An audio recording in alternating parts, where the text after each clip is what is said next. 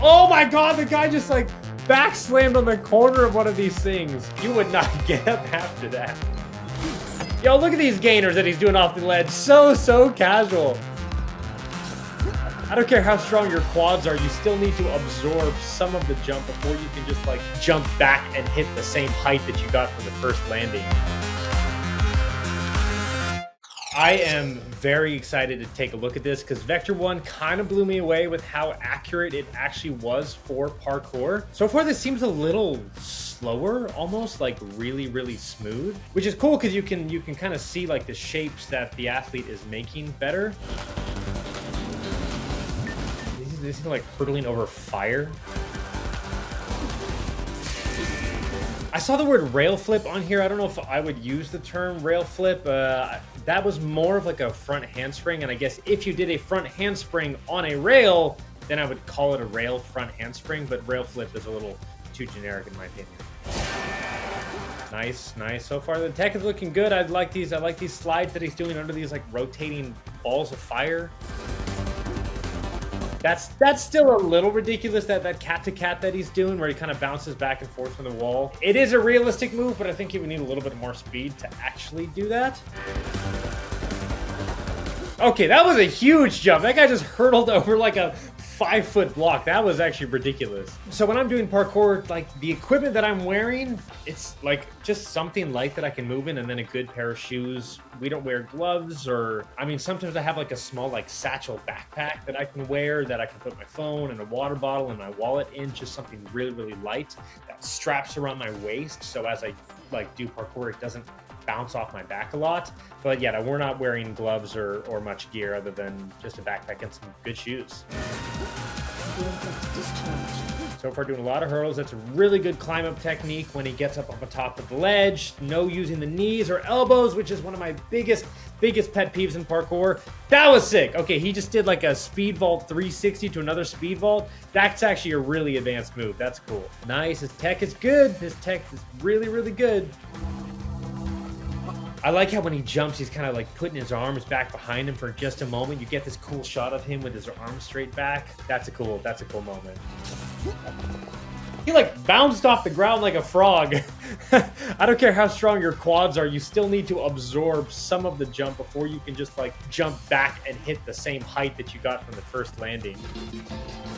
I would say some of the most challenging obstacles that I've run into when doing parkour are going to be usually things that are slippery, that have no grip on them. Like if it's a marble wall, because it's hard to get traction on that, or if you're hanging on a ledge and the ledge has really poor grip, obviously that's going to be super dangerous, because at that point your skill doesn't matter as much, simply because the environment that you're working in isn't built for what you're doing. So yeah, that's why like checking your surfaces is so important in parkour, is because you don't want to get yourself in a situation where you think that just because you're skilled you can do something, when in reality the skill doesn't really matter, simply because it's a slippery wall or it's rained recently. So that's stuff that you always got to keep an eye on when doing parkour, that can be dangerous and just be difficult to kind of work around. So when it comes to parkour, obviously, yes, you can do parkour, but there's a lot of different types of cross training that I've done in the past, or that other athletes do, just to kind of like become more well-rounded athletes. Rock climbing is definitely a big part of it, because a lot of parkour,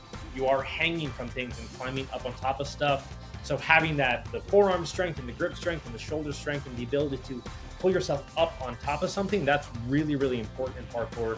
So rock climbing is great cross training. Any type of like leg movement, like weightlifting, that's going to be super great as well, to get your legs strong enough to be able to absorb a lot of the impact and force from jumping and landing, because pretty much every single aspect of parkour involves jumping and landing. So if your legs aren't strong enough to absorb your jumps and lands, then your body's not going to feel too great afterwards. Yeah, this guy, like, just looking at how much he's moving, you can look at how involved his legs are with every single move. He's constantly running, he's jumping, and then he's landing, and then jumping up again, and then hanging from things, and then getting in a full squat, and then sprinting again. Like, you need to realize how intense that is on, I mean, anybody's legs, but especially this little 2D guy that we're looking at. You can definitely see his quads like on the screen here. It's really comes through that the guy's got strong legs. You can see it. So when I'm doing parkour, like a lot of people ask us if we're listening to music, or if we're zoning out, or if we're, who knows who. I mean, a lot of people ask a lot of different things, but at least when I'm doing parkour, I'm not thinking about anything other than the movement that I'm doing. Usually I'm planning my steps ahead of time. I know that I need to kick off that wall with my left foot, and then I need to land on top with both hands, and then I need to get my right foot on top. And so it's almost like I can see my feet like laid out on the ground in front of me, and then I just like twister. You kind of just step where you've pre-planned all of your motions ahead of time, so that you can confidently and comfortably do a move or do a sequence of moves because you know exactly where you need to step. So that's all I'm thinking about.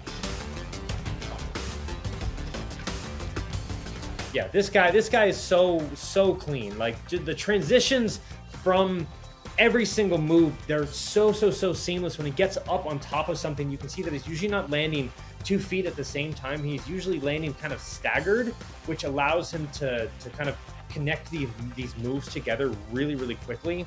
So we'd call it like a split step landing, where rather than landing with 2 feet, you're landing with your legs split, so you can land in a run. Unless it's a bigger drop where you want to land with both your feet at the same time, because you want both your legs to help you absorb that landing, then the split step landing really is good for optimizing your speed, and again, like just the connection between all the different moves that you're doing. Yeah, I like the roll that he's doing. I still think that baseball slide that he's doing off that ledge at that angle, he would continue rotating forward and belly flop on the ground. That is way too high to be doing like a baseball slide off of. Or you could do it, but you'd have to really lean back so that you slowly rotate upright, so that when you land, you're upright. But right now, this animation is kind of coming off the wall and rotating upright quickly, and then not rotating forward anymore, which is not realistic because that's not how physics works. Yo, look at these gainers that he's doing off the ledge. So casual. This is ridiculous. This guy is moving like, again, Sarah and I talked about this in the last episode, but the kind of stamina that you need to do this it does not exist. I mean, the biggest parkour competitions, these guys are doing runs that are 20 to 30 to 40 seconds, and they are gassed. They are absolutely gassed at the end of it, because this is such a full body workout, from the muscular strength to the stamina that you need to the focus. Like, doing this is just insane. It is absolutely insane. Where is the stamina meter on this? So this guy's taken some pretty massive drops, like 20 or 30 or 40 feet. Like that was huge. That was such a big jump. I think the biggest jump that I've done, I think it was about 15 or 17 foot drop. I did a front flip over a big pier down at Santa Monica here in Los Angeles, California. That was a big drop. I think probably from the edge of the railing that I flipped over to the ground was probably like 15 or 16 feet. And then in terms of distance that I've jumped, I think I've jumped over gaps that are, I mean, my standing jump is almost 10 feet. So I think with a run, I've covered probably 13 feet. Maybe 14 with a slight drop. And like in the parkour world, I don't have a superhuman jump. There are people that can jump way further than me. People that have probably done gaps like 18 or 19 feet, if I'm being honest. People doing these gaps are doing them on the concrete, they're doing them on the grass because they know how to land and roll. Or if it's like a rooftop jump, then yeah, usually they're doing it on concrete.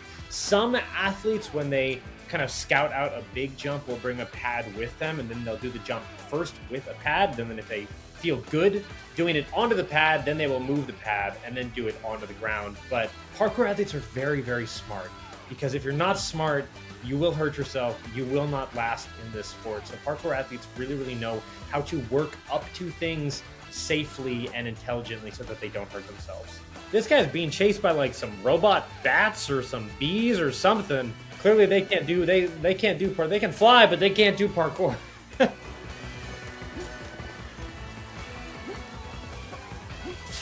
That cat to cat is so slick. That is one of the most satisfying moves in parkour, is where you bounce off of a wall, you kind of just work your way up to it. Nothing will make you feel more like a ninja than doing some really good cat to cats. Oh, he's got to run. They're catching him. You got to go, dude. You got to go.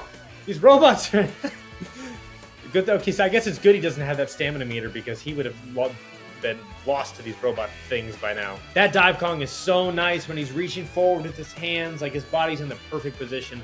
That is absolutely exactly what that dive Kong looks like. Nice, he's moving. Yeah, okay, so that's a little ridiculous when he's jumping down a pretty serious drop and then he's landing and almost like bouncing off the ground. For that to be realistic, there would need to be more absorption and more like compression of his body before he could be able to rebound off the ground. Like, it's not a trampoline. This is concrete. And it doesn't matter how strong your legs are. With the kind of drop that he was taking, you would not be able to jump and create the kind of height that he then like outputted in order to be able to make it up the next wall without more of a compression and like taking that load and then resetting and then jumping. So yeah, that's something really, really small that I'm noticing. For this game, no one's going to care. They want you to be able to bounce and keep moving quickly. But still, in terms of like what is truly, truly realistic, that's where I see a little bit of a flaw there. Yeah, there again, there. Yeah, the small land into like the super frog jump. That's how I would describe it. It looks like he's doing a frog jump, and like human bodies don't work like that. They just don't work like that. Ooh, that was cool. That drop into the slide, that was nice. Oh, he hit the ceiling? Oh man. Hey, you gotta keep an eye on your surroundings. Do I know anyone that hit a ceiling before? Probably not, and that's probably for a good reason. With any sport, failure is going to be a big part of it. Parkour is all about when you fail, because you will fail, it is failing in a controlled environment so that when you fail, it happens on a minor scale and not on a major scale. It comes through, again, everything is progression. I've said this a million times. Everything in parkour is progression-based. So you figure out what your baseline is, and you slowly expand your essentially sphere of abilities in a safe way, whether that's going to a gym, whether that's doing a small jump and then a medium jump and then a big jump, so that if you ever fail, you only fail in the small increment that you increased by. So you don't ever go from a 5-foot jump to a 15-foot jump, because that margin of error is massive. But if you go from a 5-foot jump to a 6-foot jump, there's only so much that you can really screw that up if you moved on at the right time.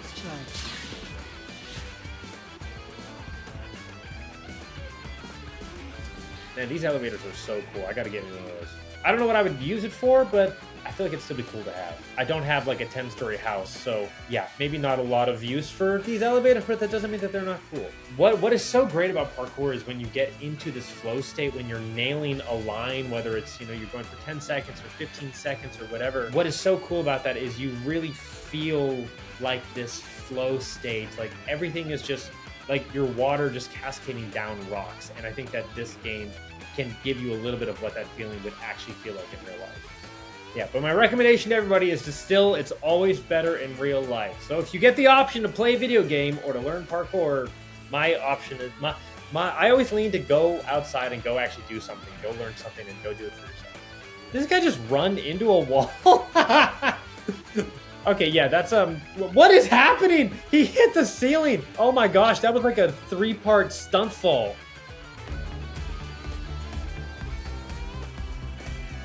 Oh my god, the guy just like back slammed on the corner of one of these things. You would not get up after that. Okay, this is really cool that they're actually showing a lot of the fail animations. Like I haven't seen these fail animations before, so it's nice to know that you can actually kind of mess up, which is again what happens in real life if you time your jumps wrong or you don't have the right technique. Like hopefully you don't hit the ceiling like that guy, but you know, these things can happen. You got to be careful. You got to be smart, and just watch a lot of fail videos online and try to learn from them. But this is hilarious that they've actually got these really, really gnarly fail animations. Oh my! Oh, that guy just ran headfirst and clotheslined himself. That was ridiculous.